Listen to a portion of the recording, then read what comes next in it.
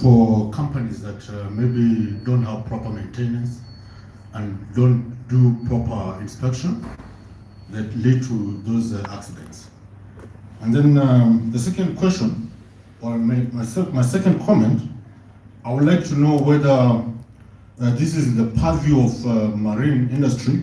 And of course, I know it's in the purview of marine industry, but there's this issue of decarbonization, whereby we have incentivization and de-incentivization, because we have to take cognizance of the fact that we are actually in the age of climate change.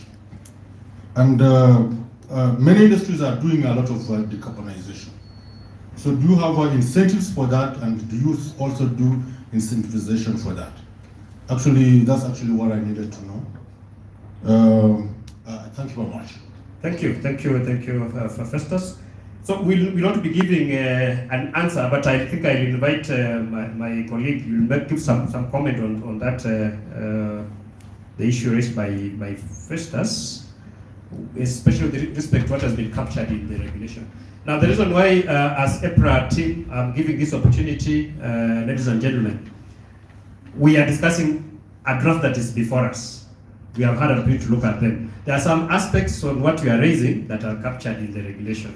So if whatever you are proposing is already captured and it is explained so, I think I did indicate the best you can do to enrich this document is to look at that specific area within the draft and tell us, this, I like it to be done this way or to be amended this way, so that it fits the purpose. So it is not that we are giving you an answer, that what you are asking, that's an answer. We are basically making reference. You see, Clement has made a lot of references to environmental liability policy, which is regulation number 27. It is in the draft. Regulation number 22, which is talking about environmental protection, it is in the draft. So the best is look at it and tell us, this clause or this sub-clause or this need to be expunged or this need to be corrected in this manner. It's not that it's answering a question, it's just basically referring you to the draft document which is before us. Perhaps you may not have read all the regulations. So I think Gerard, you can make some contribution on the issue of maintenance and inspection. The third question, I'm still on my left. Is there any question there? And it's almost noon. Is there any question? Remember, I did get a lot more input, so I'll shift. And there was the last column. Yeah, I think we can come to the second last. There are two questions there. Yes. Thank you. Yes. Let me first of all thank EPRA, directors and management. Yeah? Your name? My name is Yes. Alois Chami. Come again? Alois Chami. Okay. Proceed. Now, let me first of all thank this management because they're always calling us for public participation. There are many regulators in Kenya who are doing things virtually, and you are doing things physically. We come here to make questions or comments. We don't want to come here and lecture you because you know the work you are doing. Okay. Now, my first observation is, I'm from West Kenya. I live near a river, and my farm even goes to the river. How does that impact the marine refueling there? That is my first question. Second question is, recently our two presidents met at Tororo. They are extending KPC to Uganda. Could you let me know if you are aware or if you are implementing that? And these regulations of 2019 have been there. Today we are making amendments. For how long will these regulations again take time? Is it 5 years or 10 years? If we have already amended in public participation as today. And let me particularly thank our DG and representative is here. She will take our comments, good comments to him. that is doing very good work at the moment, and he will try to improve the regulations of petroleum in Kenya. Mambo ya accidents was touch, because accident is an accident. It's just like somebody dying. If someone dies, you don't say he died and what disease or what God is calling. So that one remains uncertain. So I think those are the only things, because I don't want to lecture anybody, because I don't work in EPRA. I've got no idea. Our lawyer is here who can make better regulations after we have commented. So I respect everybody, and I respect even the participants. I don't want to say that somebody is bad or something, and I will not repeat again that I want to ask or make questions. I will listen to everybody's sentiment. Thank you very much. Thank you, Alois. Thank you. That's very positive. So maybe I'll request our lawyer, you give some comment on the life. I think the issue of the life of these legal instruments, like we're doing a regulation now. When is it due for review, amendments, and the like? I think that's the question, the first one. Then there was the issue of the KPC Uganda. I think in this forum I'll not invite a discussion on that. It's outside the scope. Scope of our deliberation here is on the draft before us, and we said we stick to the agenda. There was a second, correct? Proceed. My name is Peter Kamoli, and I am involved in fire safety, Yes. including the petroleum products, some of them which are very flammable.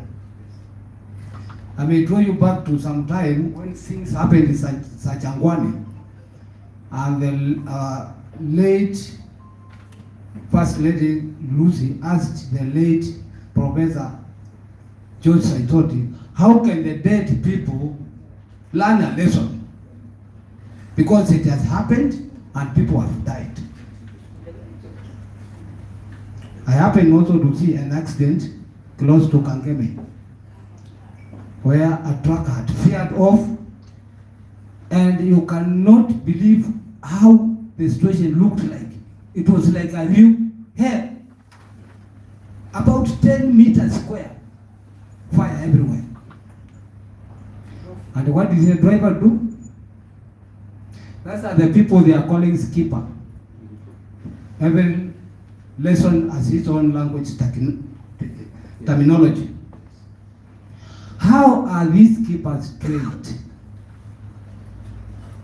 Can the driver, person driving the truck, have a skill in fire safety?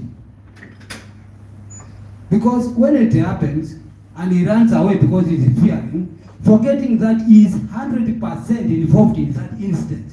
It doesn't matter whether the vehicle is through accident or whatever. He's the one who was ignited and caused that. He runs away to leave the public there facing the calamity. My proposal is, the person handling this old skipper should be well trained and very ready to face the incident. If such incident has appeared, he should use the available fire appliances to put out fire. Courageously, should not run away and leave the people who are not concerned with whatever is product and the benefits to get burnt by the same profit of his. He should be there, handle the fire equipment. I know there's a fire extinguisher in that vehicle. Should use it to put out fire. He should not run away. He should be close to tell the people not to come close to the fire, to draw whatever, petroleum or kerosene. He should advise them, not wait for the police. Police are not on the road highways. Number two, the regulation or the appliances required in that truck are not enough. And for this, I think Mr. Ian Korea should hear me.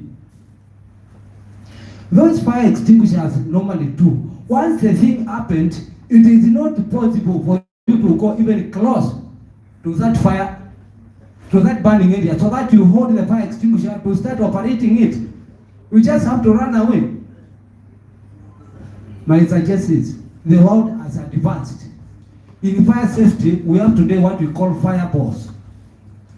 or fire suppression system, which should be built within the handling machine or that the vehicle, like the pipes you can see in the Kenya pipeline, where the pipes are surrounding and they are filled with fire foam suppression liquid. This vehicle should carry on itself a fire suppression system around its carrier, so that once the thing happens, it is self-actuating. People won't run there, but it is self-actuating so that it bursts just like the fire suppression system in the underground, where the sprinkler system just actuates by the heat at a certain level of the environment.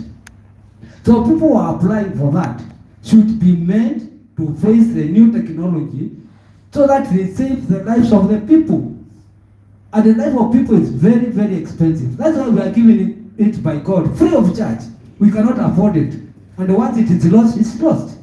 Even if you are paid millions and millions, they cannot help you. If my son has been driving a lorry and is lost there, there's no man that can give me my son.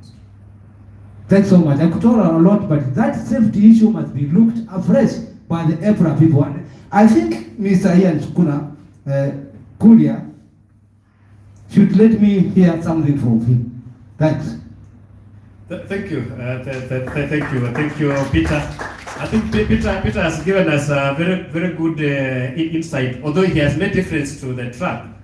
But we are focusing on the marine environment, and those aspects have been captured. But I think Ian, maybe so that we respond to his concerns, you can also bring out the issue under regulation number 24 and the other fire safety measures that are captured in this regulation.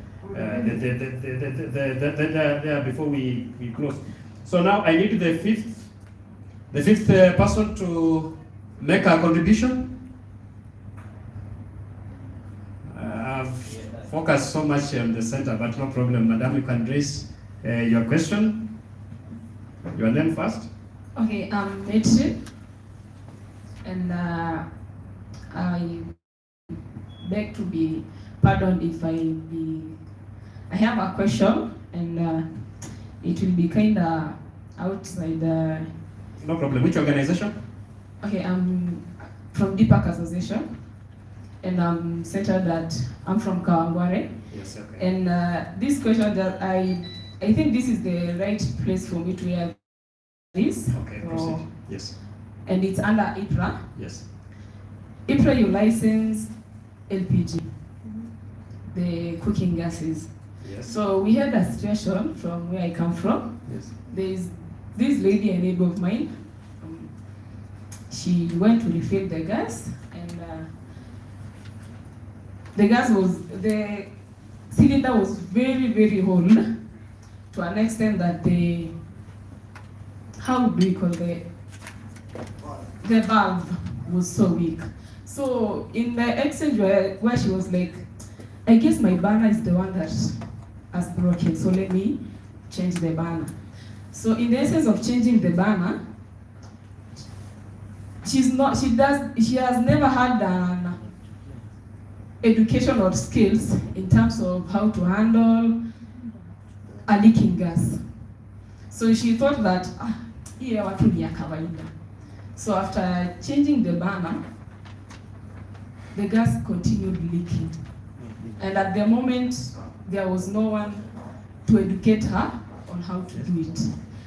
So she went on and lit the matchbox. Unfortunately, she got injured. She got seriously burned. Both legs, a hand, and with her child too. The child got burnt on the face and on the legs too.